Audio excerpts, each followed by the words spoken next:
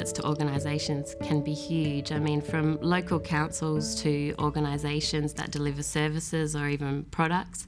If they think about their target group, it's not a monocultural target group. So if they have CALD volunteers working alongside them, that offers them a really great chance to learn about the communities that they're trying to reach so that they can truly understand their communities.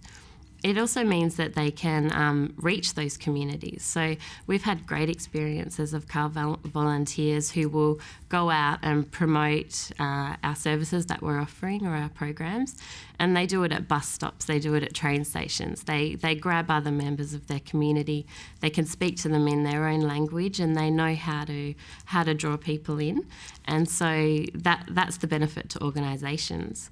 And then on the other hand, you have the community members that are getting access to resources that they might otherwise not have known about. And then for the individuals that volunteer, of course, they're getting that experience and boosting their confidence because they're getting an opportunity to show that they can do this really well and get to see their successes.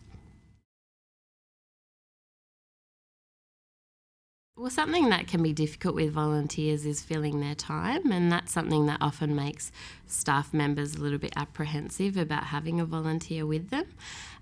So we find that if you find yourself at that stage, it often really helps to actually sit down with the volunteer and ask them about what their ideas are or what they've observed, and often they actually can see things that they could do and have come up with some really great ideas themselves but don't feel comfortable to share them or to direct their tasks. So that's something that often works. Another one is to have, a list of tasks up your sleeve that often your own staff members don't get time to do. So things like creating resources or doing networking, calling around other organisations, resource mapping, and those kinds of timely tasks that paid staff members often don't get chances to do.